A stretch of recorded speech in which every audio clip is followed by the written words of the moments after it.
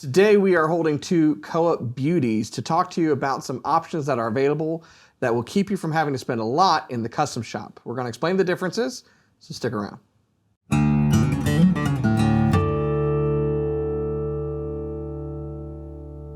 Hey, you're watching Alamo Music TV. My name is Chris McKee. And I'm Cooper Greenberg. We're here with Alamo Music Center in San Antonio, Texas. You can find us online at alamomusic.com. If you're new to the channel, make sure to subscribe, turn on notifications, and like our videos. If you'd like to support the channel, visit our Spring Store link below for our custom designed t-shirts and other swag. So today we are featuring a guitar that is already spoken for, so sorry to disappoint, but this absolute beauty of a K22 CE 12 fret belongs to a good friend of ours, Manny. Some of you who watch this, who are part of like Facebook Taylor owner groups, probably are familiar with Manny and his wonderful selection of Taylors that he has. And we were talking a while back about doing a custom guitar. And that's where this guitar came from, and really the idea of this video came from. And I said, if you want to do a custom guitar, I have some ideas, but there's a more affordable option, and affordability is within context, right? Because this is a Koa guitar, so even just off the shelf, Koa Taylors are expensive, relatively speaking. But what we wanted to talk about today is how you can have a guitar like this and save money, or you could have a guitar kind of like that and save money, or go a route that doesn't save you so much money. So I've got this K22C, and I will be playing it to just illustrate how beautiful this is. And we appreciate Manny letting us film a video with this awesome guitar, because he hasn't touched it yet. So I got to play it first, or before him. Did you play this? Yeah, I did play it. We promised that it's going out right after we film the video. He's been waiting because we kind of begged him to let us do the video. So. Yeah, he's been anxious, and who could blame him? So I'll talk a little bit about this. So what you've got in your hand is one of our new limiteds that we're doing, which is an Alamo exclusive K24CE. Oh yeah. Yeah, and we've shot a video on this. If you haven't seen that video, click the link above there, check out our playlists. But we did this like we do with other exclusives, where we've done some cool upgrades, some changes to the inlay, and some of the choices on this would mean that it's a custom guitar. Mm-hmm. As a dealer, we can do a bunch of them, and we can keep the cost reasonable for what you're doing. But if you go through the custom shop just on your own to build a one-off guitar, it gets considerably more expensive. And that's kind of what we're here to talk about. Fair enough? Yeah, for sure. And you, without saying, you've done some interesting exclusive custom shop stuff too, which we'll talk about later this summer, but there's more cool stuff to come. Yeah, but the thing is, even in that kind of scenario, if you build out, which we both love to do, you go online, you kind of, either you're doing Fender Custom Shop or Mod Shop or Taylor, Martin, Gibson, whatever. Right. You can always see sort of like a surcharge just for putting a guitar through the custom shop, which kind of sometimes the surcharge is most people's budget for a guitar. Just the guitar, Just getting in the door. So let's put it in context. And the numbers I'm about to say are subject to change and may be incorrect right now because I'm talking off of memory. But an example would be, like say you want to order a custom Taylor, it would start at $3,300 or around about there. And then everything, that's an option for the most part, not everything, but most things have a price tag. And so it's kind of a la carte. You can choose your binding. Some bindings have no charge. Some bindings have a moderate charge. Some bindings have an expensive charge. Same thing with inlay. Some inlays have a very minimal charge. Some inlays have a pretty astronomical expense. Yeah. And so that's going down the road of custom. And you have a custom Fender acoustic, which is a really cool. We've done a video on that talking about that thing, which is not something Fender does anymore, but was really cool at the time. Yeah. I have a custom Taylor that I did when I had a chance to go to the factory, and it was not inexpensive, but I got exactly what I wanted. Yeah. And so we've both kind of gone down that road and have talked about it a bit. Outside of doing the custom one-off, where you're picking and choosing all of these individual options to make the guitar that's going to be your guitar, the other option would be to look at something like an exclusive. And these are effectively custom instruments that we have designed and ordered enough of that we can keep the price reasonable. It's not a one of a kind, but it is unique, and they are very limited in number. And so that's the idea here. But and I'll get back to this, but the inlay on this, regardless of anything else, just that would have made it a custom guitar. So let's talk about this. This is not a custom guitar, meaning that it hasn't gone through the custom ordering process, but it is customized specifically for our friend Manny. And the idea was, let's do something that's beautiful, that's what you want, but isn't as expensive. And the way we did that was through standard model options. So what you might not know is Taylor and a bunch of other manufacturers allow you to do some things where there are predetermined options where you can modify a standard model and it doesn't go in the custom shop, so it's a lot more affordable. The mod shop that you mentioned is kind of an example of this that Fender does, because you're ordering an instrument that is customized for you. It's not a custom shop instrument, and you have a menu, compared to the custom shop, a very limited menu of like necks and body shapes and colors and pickups and things like that. Furch has a interesting options. You can take any model and turn it into a baritone and things like that. Yeah. So what we did here is we took a K22 CE 12 fret, and the only thing that we really changed on it was we upgraded the woods. And that's why this is so incredibly striking and beautiful, because it is absolutely gorgeous. It is on fire. Yeah, it really, like these limiteds, the koa is very, very striking, as you can see. And so what we did is you can upgrade just the top, or you can upgrade the back and sides, or you can upgrade the top, back, and sides. In that case, it's just the top that's upgraded. And which we kind of lucked out. You know? Yeah, I mean, the back and sides we've been getting are pretty phenomenal. But turn it back around to show the example. See how much flame there is in this? Yeah. That's because this is upgraded. These are both 4-piece backs, which is just beautiful the way that they're doing this. It looks like a really wide kind of middle wedge that's book matched. But the amount of flame that you see on here is what really changes it from being standard koa that you'd see on a koa series to the upgraded option. Both tops on these are upgraded. So that's an upgraded top. This is an upgraded top. And that's what's available. Yeah. Now, standard model options, not just for the koa line, which is why this video may be very important or appealing to you. Say you prefer a different nut width. That's an option that's available without going to the custom shop. If you want to change out tuners, if you want to change out finishes, it depends upon the model series, and it varies. So from year to year, Taylor will publish their price list. They have a list of standard model options, and there's kind of different things. Like once you hit a 500 series, these options become available. You know, certain series have certain options. So we've had them in the store, an 814 CE with its tobacco sunburst top. That's a standard model option that we order on stock guitars. And I think we have one in stock right now, don't we? I think one maybe just came in. Yeah, I double check. But so there's finish options. 514s you can order with a spruce top. You can order with a cedar top. That's a standard model. We've done 814s with custom nut width. So an 11 and 16. 11/16 versus, and that's a big one. I've done that a lot of times for customers because there's a lot of people out there that, like me, I prefer a 1 3/4 inch nut width. There's some of you that prefer a 1 11/16 nut width, and you might go, I can't ever, get this particular guitar unless I go custom shop or something. Yeah. It turns out that's not the case. You can contact us and we can order it for you. So that's the idea. Is basically it's a somewhat more frugal way of getting a really striking instrument and something that is specific to your taste. The other thing a lot of people don't realize with Taylor is if you want something without a cutaway, you can order it without a cutaway. If you want it without pickup, you can order it without pickup. And it saves you money because those are actual kind of standard options, or those are standard choices. Yeah. But it's less expensive to do the guitar without them.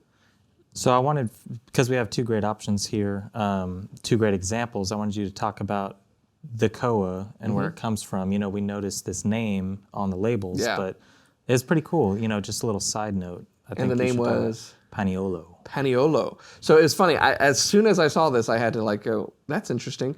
When this came in, it was on the sticker, on the box, there's all of this model information, okay? It has the ES2 pickup system, this is the model designation, so on. And one of the things on this, which was trademarked, was Paniolo. And I did a Google search and found that it was a term referring to like this ranch or something. Well, in Wood and Steel there was, and I don't remember which version of Wood and Steel. Do you? I don't. Which issue it was? They recently did a thing where Taylor talked about their partnership, and I believe it was with Pacific Tone Woods in Hawaii, where they are, like they've been doing throughout the world, engaging in like proper, responsible forestry management and harvesting on, this.